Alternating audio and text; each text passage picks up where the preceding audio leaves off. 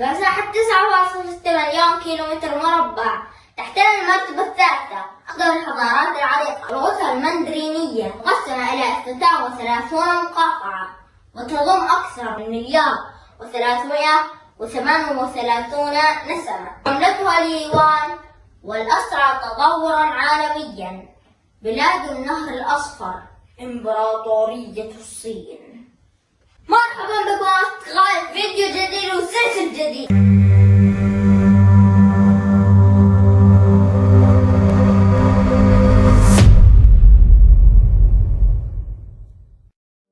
عود قليلا بالزمن إلى الوراء على مر العصور بسبب موقعها وازدهار التجارة فيها، والتي ما زال أثرها إلى يومنا هذا.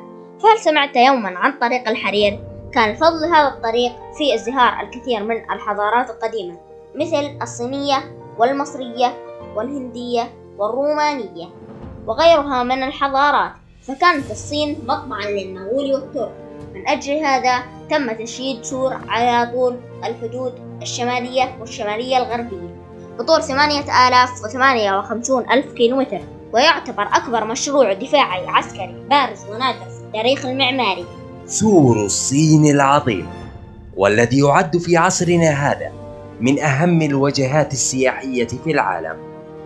أسرة تشين أولى السلالات الحاكمة، حيث نجحت بتوحيد البلاد في عام 221 قبل الميلاد، وانتهت آخر سلالة لهم في عام 1911 مع تأسيس جمهورية الصين من قبل الكومينتانغ والحزب القومي. ثم شهدت البلاد التفكك والحروب الأهلية مع مطلع النصف الأول من القرن العشرين، حيث قسمت البلاد إلى قسمين رئيسيين هما الكومينتانغ والشيوعيين.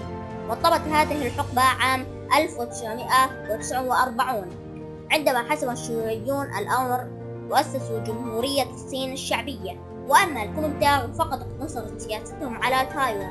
ومنذ ذلك الحين والصين في نزاعات سياسية وعالمية لإخضاع تايوان وفرض سيطرتها عليها. وفي عام 978 صاحب النظرة الاقتصادية الثاقب، والذي أدرك بأن الصين ستعتلي عرش الاقتصاد العالمي في عام 2028، دينج شياوبينج، فمنذ توليه للسلطة أصبحت الصين الاقتصاد الأسرع نمواً في العالم، الأولى في التصدير والثانية في الاستيراد عالمياً، وعضو دائم في مجلس الأمن للأمم المتحدة والجيش الأكبر في العالم. 131 كيلومتر من خطوط السكة الحديدية. استفاقت الصين لتستطيع توفير نقلة نوعية في مسار النهضة والتطوير من قطارات تعمل بالفحم إلى سكك مكهربة وقطارات معلقة. كما شرعت الصين بإنشاء شبكات بين الطرق والأنفاق التي تربط جميع أجزاء البلاد ببعضها، ولم تغفل للحظة عن البنى التحتية أو المباني الاستراتيجية أو المصانع التي ساهمت بتقليص البطالة إلى أدنى المستويات في تاريخ الصين. بتكلفة أقل تجتاح الصين العالم. فلم تترك الصين بابا للتكنولوجيا إلا وطرقت أو ابتدعت فيه أو ابتكرت أو طورت عليه أو قلدت.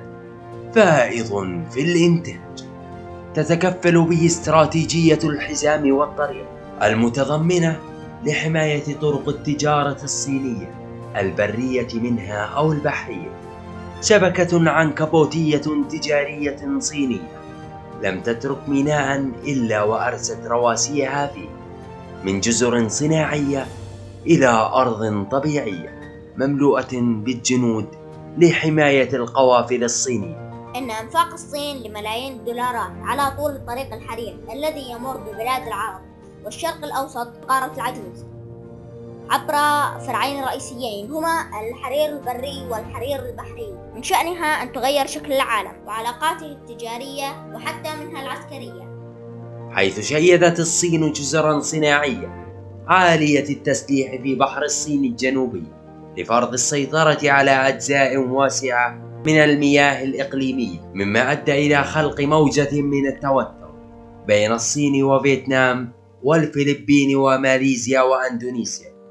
وفي جنوب غرب باكستان لم يغفل تنين الصين أن يرسي قواعده العسكرية على مضيق مرق بهدف مراقبة حركة السفن، وبالأخص تحركات الأساطيل الأمريكية في مضيق هرمز، مقابل إيجار سنوي ب20 مليون دولار بين الصين وجيبوتي.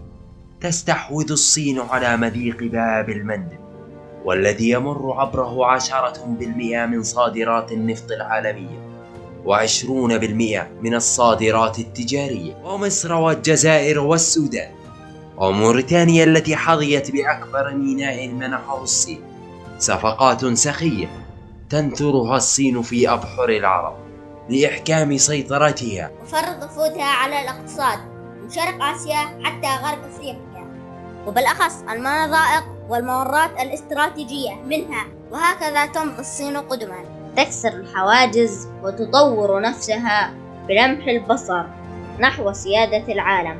أصدقائي، لا تنسوا الاشتراك بالقناة وتفعيل جرس التنبيهات ليصلكم كل جديد.